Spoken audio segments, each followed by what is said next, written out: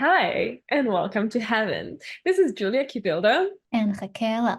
and today we come to you on this sunny, beautiful Friday, even though this is going to be released on another day.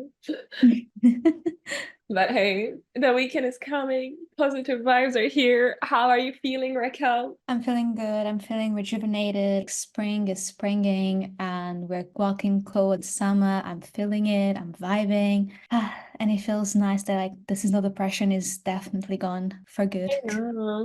And soon I'll be in Portugal and we can record in person once again. Yes, and it's gonna be our first fully abroad like episodes, so that's gonna be fun too. Holiday special. Yes. Anyways, coming back to today's topic, I bring you a fun and entertaining topic of couples' social hierarchy.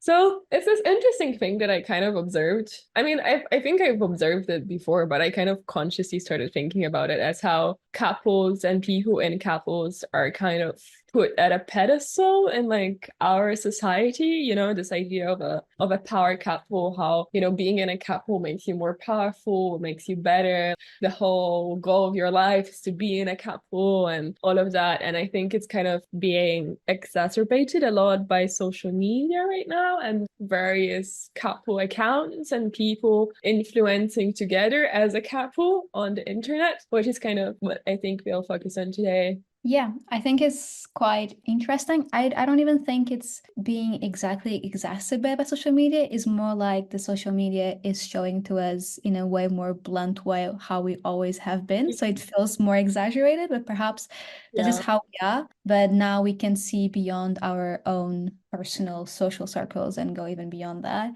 And we also came about this. I mean, it is recent still, like not so much the hot topic anymore, but it's still recent, like the whole viral Pookie and Jet from TikTok. Uh, Which you actually, we have to say, before the hype, Julie was already on it because she sent me, it's like, oh my God, I Raquel, I knew have it. seen these videos of these two, and she sent it to me, and I was like, the fuck is this? And Yeah, a that week was after, it became a phenomenon. that was like a couple of months ago, and now they're super popular. And like they kind of grow on me, I have to say. I think right now it's the vibe and they're embracing it, and I kind of love it. But I mean, if you guys live under a rock and don't know who Pookie and Jet are, they are this amazing couple from America. And also, Pookie is your classic beauty influencer. I think she used to be a flight attendant, and Jet works for supposedly a law firm, I believe. But yeah, at the beginning, people were saying that, like, well, Pookie is way above his league, and then he's probably gay and like super submissive, or he's just like her sugar daddy. But basically, what they do is they show outfit videos. So they do fit checks in different locations. They're quite wealthy people. So obviously, it's all like designer clothes. They go to Aspen, they go to Paris. And Jen always says, Pookie is looking absolutely quintessential today. Like she's looking fire. She's looking amazing today. Such a Uh, Pookie essential outfit or something. Venice Cookie is looking absolutely mesmerizing. But honestly, I feel like all the haters would just love to have a Jet in their life to hype them up. And the more videos I see of them, they kind of look quite genuine. Like, obviously, they're kind of weird in their own way. Like, they're embracing that sort of trademark vibe and like the way that they talk and all of that. But I don't know, they seem quite sweet and happy together. They seem like a nice couple.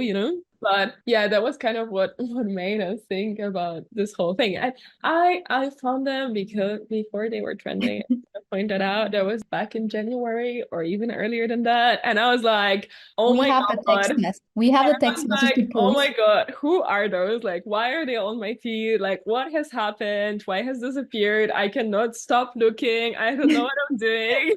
And now they're an internet phenomenon and everyone wants to be Pookie. So hey.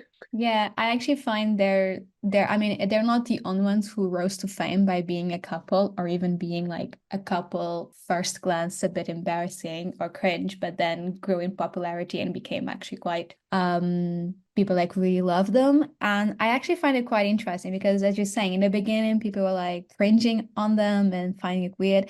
In a sense, they kind of speak the way you would speak, but like in private, like Yeah. how in a couple, you would speak in those like cringy ways, but it's just the two of you, so it's fine. But Yeah, when you see someone else doing it, you're like, "Ugh, okay." I know. Yeah, Um, that's exactly how it feels. It's like, yeah, I don't know. It's kind of like how you talk in your inside jokes and just for yeah. out to a million of people. I don't know. I think that's quite interesting. Also, because what I found interesting is how they really find, they're famous because they're a couple. And that's what's so fascinating to me because she was already online. And also, her username is still Campbell, but everybody calls her Pookie, not just her husband. Yeah, So she became known as part of the couple in as like one of us, one of we, yeah, instead as like an influencer. So she's not an influencer with a boyfriend is Pookie and Jet, which is the name that Jet calls her. So it's not, and her username is not even that, but that's how she is well known. And I thought that yeah, was very interesting how, in a sense, Jet is what made her famous, but it's actually not her, it's them as like a yeah. collective. And I And thought that was quite interesting. I don't know. yeah, I feel like it's also interesting in the way that he's a normal dude. He's not an influencer himself. He's just like a lawyer, you know. It's, when you're forcing your boyfriend to be like, hey, come like do this fit check with me, and he's kind of like, what the fuck?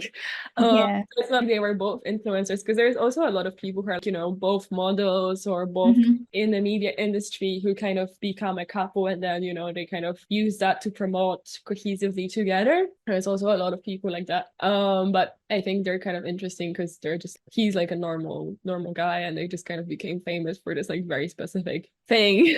And Yeah. being like quirky in their own way, I think. But yeah, there's loads of accounts like that people just eat up. Like what I found interesting is that people just love to see a good like love story on the internet. I think Yeah. we're so obsessed with this idea of love and relationships that we kind of crave it everywhere. And it's the same for like romantic comedies and all of that. But people also love a good love story. And so for example, there's this account, it's like Carlo, and I don't remember what's her name, but he's Italian and Hmm. she's American. And I have this Oh, I story know. how they met, how when she was an American, he didn't speak any English, and then he learned to speak English for her so that he could like talk to her. And then he moved to America and they got married, and it's like super cute. And then she constantly posts funny videos of like him trying to speak English, but his English is like kind of bad, so he like mispronounces words and says funny stuff instead. And they kept posting when I came about like their account, they kept posting a lot of those videos of like how did we meet, our cute story,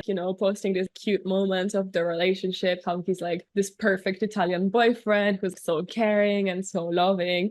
And people would like absolutely obsess over that. And in this case, it's more of the girlfriend posting how cute the boyfriend is Hmm. rather than just like Being both of lots them. of them like as Yeah. as like couple. So it's kind of all marketed for people to show like, oh, this is like the model boyfriend, this is like our cute love story, but it's all very much focused into that box of, oh, this is like my perfect partner. And I think because there are so many stories of men being dicks, people kind of eat that up and they're like, oh wow, he's so amazing, he's so perfect for you. That's Yeah, so I think that's the whole thing. All different, like slightly different aspects, but they all come to be the same aspirational yeah. relationship, which Thank you. makes total sense as we spoke many of times in other episodes, how lonely people are, how disenchanted people are with relationships. I mean, we still crave all those romantic comedies of the 2000s. We have all experienced disastrous encounters on dating apps at this point. Like this generation is a bit fed up of romance, but it's also craving it so bad because there's nothing anymore that I think we end up idolizing the ones who made it. And we're like, we want to be like them. And, it doesn't really matter if they're like real people or not, but the more real, the better it is because it's Yeah. the more aspirational. It feels like perhaps I think it feels more possible when you see a real couple doing a fit check or showing them how they met online than just a movie because the movie will always remain fictional, while here you have like a live proof that love is still possible. And I think people do have this crave, and I think that's why we keep putting couples so up high in our lives, of like, because I think everyone just wants to be them, which is like a whole other concept as to why we want to all be them. But I think there is definitely this crave for romance and for love, Yeah. which is obviously always idealized, and that social media just like adds all this up with the cult of like the individual and stuff like that. Yeah, for sure. It's this like idea of a power couple who, together they can achieve anything. And I think people just really look up to that. I think what's interesting is that like, well, obviously like very often those people are just normal people when they start off, but then obviously by becoming influencers, it becomes like their source of income. So it kind of being that couple becomes like their career in a sense, if you know what I Yeah, mean. that's kind of weird. Which is like really weird, but what I find interesting is that people very often comment under those like posts and reels and they're like, oh, what do you guys do? What do you guys do in life? And very often like the answer is like, yeah, we used to do this and that, but now, we live off this Oh, account. Like we're yeah, literally, we live out of our, yeah, that's weird. which for me is really, really odd, but I guess it makes sense. I think this is what makes it kind of a very odd and slightly dangerous phenomenon, I think, because I feel like people online kind of obsess over that idea of couples as like ships, before OTPs, and things like that. Like I Mhm. feel like people get super attached to that online couple that they see every day, posting cute reels together and stuff, and they kind of invade their life. We obviously know that people on the internet are relentless, so they will literally find anything out and go to lengths to like stalk people about anything. And they kind of start to interfere with those people's relationships. And, in cases where those people like do break up, for instance, there's always like a Yeah. portion of viewers that will side with one or the other or completely stop watching them all together. And it's kind of crazy how your whole career kind of weighs on you being like a part of a couple and not just your own person, if that makes sense. I thought Yeah, that. I think it's like putting, actually it's kind of interesting thought, because it's kind of putting relationships has always been and still are today at some to some extent. Of course, we do marry and stuff for love, but a lot of people still marry into money. And marriage and relationships, or how people like used to relationship for most of our existence as humans, has always been towards like a financial purpose or a financial goal. And I think that's actually putting it in a different level of the same kind of like, we are a couple and that's our job and that's how we earn money, is by being a good couple, is by being an entertaining couple, or being a relatable couple, or being a cute couple. And it's like actually quite interesting, especially when we evaluate the way we have progressively fostering this idea of self, but also at the same time we have the idea of a we, Yeah, and that's how like couples have always been. And I think that's actually been present for more time in history than the one of the self. yeah, So for many, many years, you always hear about this thing of seeking for the other half, either be in literature and philosophy way back in the day, to then later on in media and cinema. We've always yeah, propagated this idea of always seeking for that other half, as if yeah, like you're just a half yourself, and your goal is to find that other person, your soulmate, your blah blah blah, the one who completes yeah, you. And I feel like that it's actually those types of concepts that have been propagated for so long that made us idolize couples so much, because in a world now modern and cosmopolitan, it's all so much about the self, because that's so much easier to accomplish, yeah, could depend on anyone else, that we end up also congratulate the ones who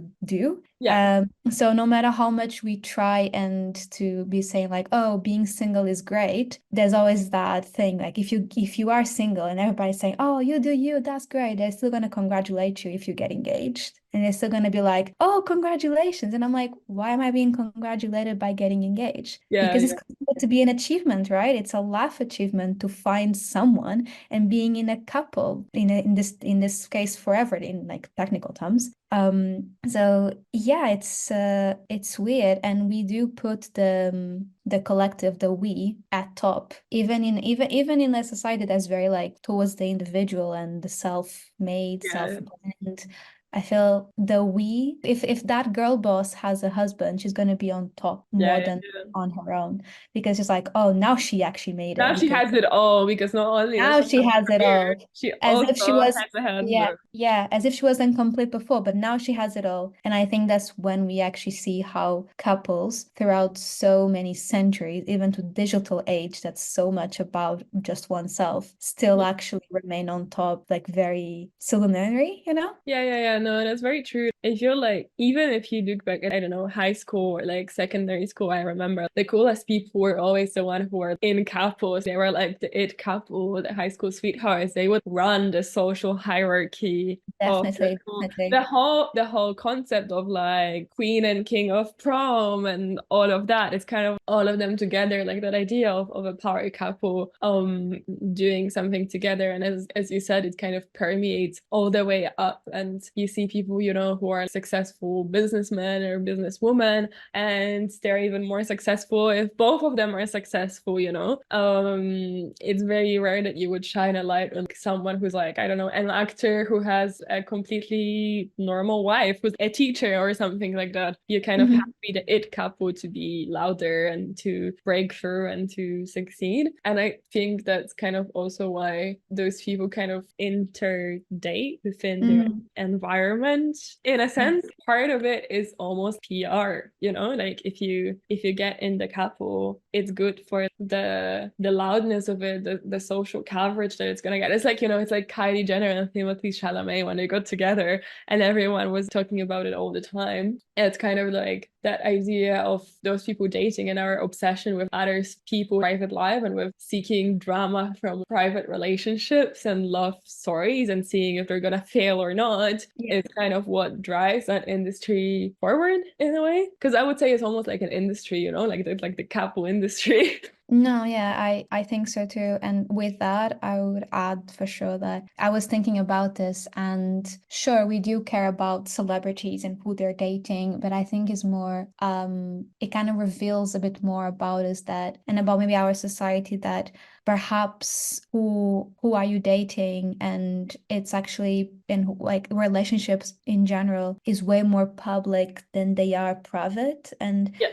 And I don't mean just about the way we gossip on the public personalities relationships. It's really in the sense how, as you're saying, in high school, the high school sweethearts, the couple really, in a way, command the social hierarchy, the social, like the most sorry, the most popular group at school, there's a couple in it. Yeah. Or a group is formed around a couple. It's like the friends of her and him. And Yeah, yeah, yeah. stuff like that. And I'm saying this because usually that doesn't happen with queer relationships. It's just heterosexual relationships, which is like another whole point. But I think there's something key here is that how relationships are way more public than private in a sense that they direct influence social norms and how everybody else functions. And the high school is like the perfect example to see that happening like way more. Yeah, for sure. And it's kind of like when you get in a relationship, it's almost you think how to make it public. Like I see so many reels of how to launch your boyfriend on Instagram. What? Oh, Yeah, like did you not hear about like soft launch and like hard launch of like your boy? soft launching a boyfriend. Are you kidding? Yeah, so soft launch is like when you post an Instagram story with like a hand in it. Or, you're like in the picture, but there's someone slightly on the side where you can't really see him. And then hard launch is you're single, and one day you post a picture of someone kissing you on Instagram. Oh my God, you guys can't see me, but I am baffled. I am baffled. Baffle. I can't believe you have, but did you live under the rock? Like, what the hell? I'm sorry, the people I follow are slightly normal, I guess. I have standards. Like, what? Never seen that But before. yeah, Soft launch. it's a thing how to like launch your partner on Instagram. But again, it's so business-like. I mean, it's a relationship. Why are we Yeah, treating it's it like product writing launch? What? writing a post on LinkedIn, like real thrilled to announce. We're supposed to announce that we're in a relationship for around 3 months, going steady. We'll see what the compensation package will look like in 3 months. I know, right? Do you remember when, like, I don't know if that was a thing in Portugal, when Facebook status was a thing, when Oh people yeah. like changed their status on Facebook Oh to yeah. like in a relationship to single, and there was people who are like, oh my God, she changed her status to single, something must have happened, drama. That was such a crazy time. Like, what the hell? But it kind of just shows, how we think about it constantly, and Yeah, yeah, but for sure, I think is how it goes from like this more gossipy, we just like to know what everyone is doing with their lives, but it actually goes much further than that to really influence our social forms and our social behaviors and how we function as a society overall. And I mean, look no further. I mean, relationships do have their stance in marriage. And I remember reading this, it was actually an introduction to a book, but like the specific section was about marriage because the book was about marriage in like the novel. And it was actually so interesting because it really spoke about how marriage is the base structure to the whole society for like centuries. yeah, That it's on marriage that everything happened, from the most domestic things like housing and finances and stuff like that, but also towards politics and then wars, and all the functions are within marriage. yeah, And I think, and I remember reading it, it was way more interesting than the way I'm speaking about it, but it was really interesting because it made me realize something that's so obvious that it's just right there in front of me. And I'm like, wow, it is true. And I think that's why relationships happening being so key, and why we still look up to couples, because those couples and those unions are still so important to us. And the fact that shows like Sex and the City was so progressive and so disruptive, because it did disrupt this idea of marriage, like that the yeah, single woman was out and about with a lot of different relationships, and the marriage was actually not a stage in her life. And I think, yeah, it's like those things. And we create like these kind of walls, because there was it was not, I don't remember exactly how it was, but there was an episode in Sex and the City when I think Samantha says something like an episode between, married women and single women. And there was, it's kind of like a bit of a war, and how they judge yeah, the characters for being single. And I think Samantha said something of oh, they're jealous of us because we can sleep with any guy, including their men. And I think like besides like the more clear, I think metaphorically what kind of it means is that they showed a whole different way of life yeah, that we didn't get. And it's more like it disrupts this idea, because if you think that marriage and being coupled is the way to live life, if someone comes and shows it something else, that's going to disrupt how you live your life. And if we do acknowledge that marriage and coupling is the way society functions, if someone decides not to do it, yeah. how much will that disrupt the system, and how much will the system actually break with it, which I think is quite cool to think about. I don't know. Yeah, no, but it's very true because even, I mean, it's obvious that when you get older, like, and you're single, people kind of look at you as if there was like something wrong with you or something must have happened. It's like, oh, why are you a single man or a single, most often like a single woman in your 50s or 60s? How I'm so sorry for you. How Yeah. could that happen? As if it couldn't have been like a conscious choice. And it just shows how obsessed we are with that. I mean, even like there are certain like tax benefits and other benefits for people who are like in marriages. Like my parents were Mhm. not married for a very long time, and they simply got a legal marriage just because it was more convenient legal Mhm. wise for various Yeah. reasons. And it's not only about the idea of being together, but a kind of the contractual obligation that is being in a relationship, or like in a formalized relationship in a sense. So it kind of shows how this is like kind of structurally ingrained in the society, I would say. Yeah, even when we were renting, like we also had a couple of issues when we were looking for a house together, actually, like living as two friends, and how so many places would want a couple instead of two people, you know? Yeah, like what if we said we're a couple? I don't know. But I think like that's so flawed because if we were a couple and we broke up, that would be so much worse because one of us would want to move out. Whereas if we're just friends, we just live together until we don't.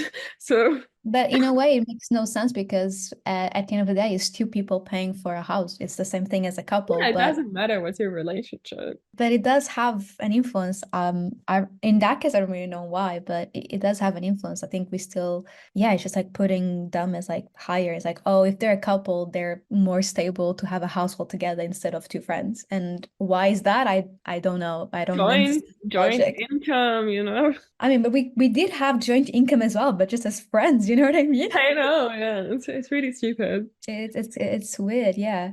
So yeah, there was one other thing that I wanted to talk about on this topic, and it's kind of like how this phenomenon can kind of go in their own way in terms of like gender dynamics. I've seen quite a few accounts on Instagram or TikTok, whatever you're watching. I mean, I watch Instagram, but I'm assuming they're also on TikTok, of those women kind of once again glorifying the idea of being like a dutiful girlfriend slash wife, like, you know, the trad wife phenomenon. Mm-hmm. I think the most popular one right now is Nara Aziza, who's kind of being accused of doing Mormon propaganda on TikTok and Instagram, but she's this influencer and her boyfriend is also a model, so he was kind of famous before.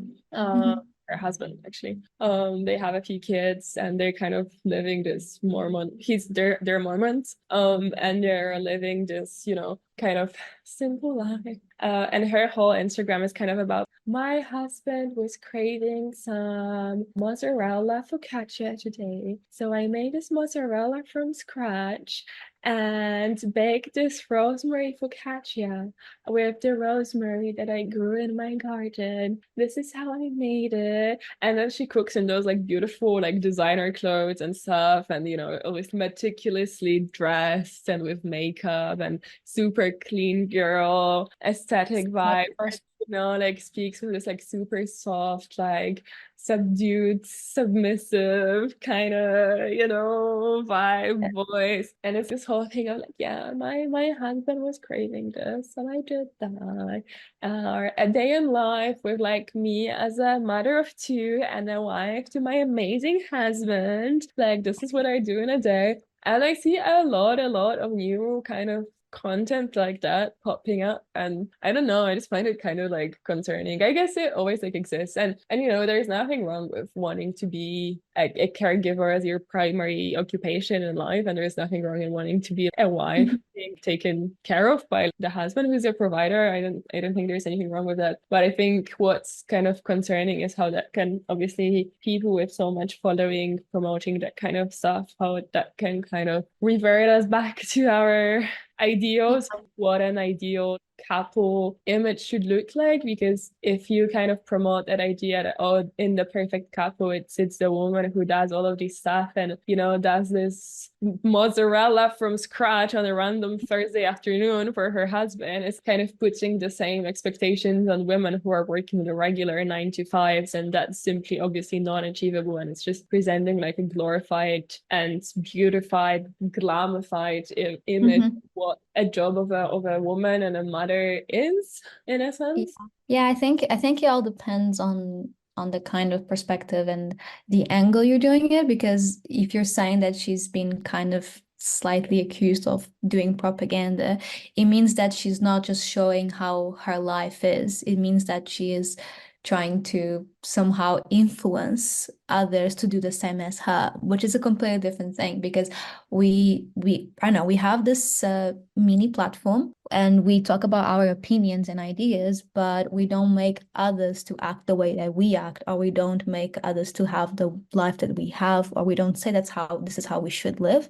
Yeah. We talk about our ideas and opinions, and that's about it. People who like it too will follow us. You know what I mean? Yeah. If you're like trying to say that this is the way to do it, and everyone else who does not is wrong, and I am better for it, I think, especially when it comes to these roles, I mean, just my opinion, but I think that's wrong. I mean, if you're fine and happy, good for you. But I think not. I think what I don't like about these trad wives kind of messages is always undermining all the work that women did to liberate themselves for them to also have that choice. Yeah. Because the women's liberation movement that happened, it was all about us having the choice to do what we want. And like, Yeah, if you want to stay at home and you take care can. and take care of your family and take care of, and be a mother and you can, but that's not the same for everyone. And women are not the same. And that's the huge fight that they fought. They fought for you. Even the fact that you can show those videos and to have those opinions is thanks to all the work that women made. The fact that you have a platform that you can voice your opinions is thanks to the women who came before. And what I really annoys me is how oftentimes those trad wives, they are against feminism and they're against the Yeah, modern woman, they're against everyone who lives differently. And I'm like, you forget that the whole reason why you can own your own platform and speak and even creating a whole fucking business out of it, because I'm sure she earns money of course. from Instagram and stuff. The reason why you can and the reason why that money is yours and yours only is because of all the women that, you kind of shit about. Yeah, So exactly. that's my biggest problem. But as you're saying, this glamorizing the idea of this like couple, I mean, it was kind of obvious, but it is like this idea of the power couple. It's always heterosexual. You never hear the same the domination for like other queer couples, for like two women or two guys. Like they're never the power couple. They are not in the same social status as an heterosexual couple is, and they never reach these phenomenons of couples, actually, online either. It's always heterosexual couples that get viral or they get to Yeah. be an influencers, I guess. Yeah, or they receive way more hate, or they're like, oh, they're for sure just friends or whatever. I don't know. I find it like super stupid stuff. I mean, I know that couple that's those two women from Norway, I think they are, Julie and Camilla, and they kind of have had this whole like viral series of them renovating their house in a super funky way. And they're kind of both of them are also influencers separately. And I think once they became the couple, they kind of really sprung to fame in Hmm. Norway and globally. But I think still like they're faced with way more criticism and scrutiny of their relationship. So it's more a lot of people more hate watch than actually Yeah. aspire watch, like in the case of the hetero couple. Right. Yeah, yeah, yeah. And I think it really speaks for itself, this undermining like status literally that we put on people and then we live by as well. Yeah. Like I think it's also consequences of so much indoctrination that we've received for so long. I think this is all I don't know, like when I was thinking in the way of concluding these ideas, is that there's actually nothing wrong about it. In a sense, there's nothing wrong about idolizing or like in a general way. Of course, if you idolize like a toxic relationship, that would be extremely bad. That's But always I think problematic. yeah, but I think in the first examples we talked about Cookie and Jack, and the other one you called about the Italian guy with the American girl. I think there's nothing wrong with it, actually. Is that even a problem on liking these people? And I think it's quite fascinating, the whole phenomenon, if we can call it, on how we aspire and then even make them to progress a career into being a couple is quite Yeah. fascinating. But I don't think there's actually any problem No. with it. I think my conclusion was more on why do we need them so much? Why do people crave so much? Which we kind of already answered, but Yeah. I think ultimately people need hope and they need a sense of belonging in love, even if it's not their own. Yeah, I feel like, people kind of, as you said at the beginning, people like to see aspirational things most of the time. It makes you feel good and it makes you feel like you can achieve it too. Or, Yeah. it more it gives you, as you said, the hope and motivation in some sort of way and kind of shows you that it's maybe not as far off from being achievable as you thought initially. So Yeah. yeah, I think it's mostly that, and then just having that comforting kind of. Yeah, yeah, I think it gives you some kind of comfort for sure. And I don't think we will ever stop idolizing relationships and couples, because that also would mean we would be satisfied with ourselves That's and true. with our either existent or non-existent love life, which I don't think will ever be the case. I don't think we'll ever be satisfied with ourselves. I mean, that's just like how human nature is. Yeah, of course. Um, but I think ultimately there is no actual problem with being obsessed with other couples. I think it's more like a fascinating phenomenon of explaining how we are as humans, I guess. Yeah, I just think it's a very interesting thing, and it's kind of funny to see how we have this social hierarchy and how we kind of build our life about it, and even how we unconsciously, crave that, and we think that, being in a relationship is gonna like magically fix all of our life problems, which it's not. But Yeah, yeah, and how we replicate it as well to other generations. I remember going to a school not too long ago of 12-year-olds, and I spotted right away the dynamics, the group dynamics. I spotted the couples right away, and I could see how the group was very much around them, even if they're like in that corner, just seated, like he has the arm over her yeah, shoulder yeah, yeah. and it's just that you can see that even if they're not talking, they're just like on their own. They're in the corner. Everybody else is the ones doing like all the noise. You can kind of see the power. And it's so interesting because when you are a kid, obviously you don't notice these things. It's just there, it's just happening. But when you go as an adult and you observe those kids, you're Yeah, it like, was like wow. but it's yeah, I think we just replicate and these social norms and then being passed generation per generation. That's why I'm like, this will never really stop. I think the best way is actually to diversify. Perhaps the social strata should be slightly different. Perhaps we should have more queer love being idolized and seen as like a reference. Perhaps we should not denigrate single people in favor of coupled people. But I think the whole thing of just liking this couple online, I think there's nothing actually wrong with Yeah, it. there's nothing wrong with that. I think, it's, as you said, part of a much bigger social narrative. And I think we touched on that a lot also in our other episodes, like the one on dating Mhm. and Valentine's Day and that kind of glorification of relationships. So I think it's part of, a result of a much, much bigger societal picture and structure. But yeah, let us know what your favorite internet couples are. Yeah. Do Do you know you, what I have? do you have your My last note. Pookie and your Jet? Do you know what's my very last note on my What? notes? He's like, in conclusion, live, laugh, love, lol, emoji. Yeah, exactly. Live, laugh, love, enjoy your life, watch who you want to watch. And we hope you enjoyed this episode. And let us know if you have your Pookie or your Jet. Or who are your Pookie and Jet online as well? Exactly. Who are your OTP? I miss OTPs. We should bring them back, honestly. Bring I back feel like Tumblr and OTPs. yeah, bring back OTPs. My secret OTP is the relationship we never got to see between Rosalia and Hunter. And I was like, I know. I I cannot. cannot believe that that was to me a power couple. And I never got to see it, and I'm very upset about it. I know, right?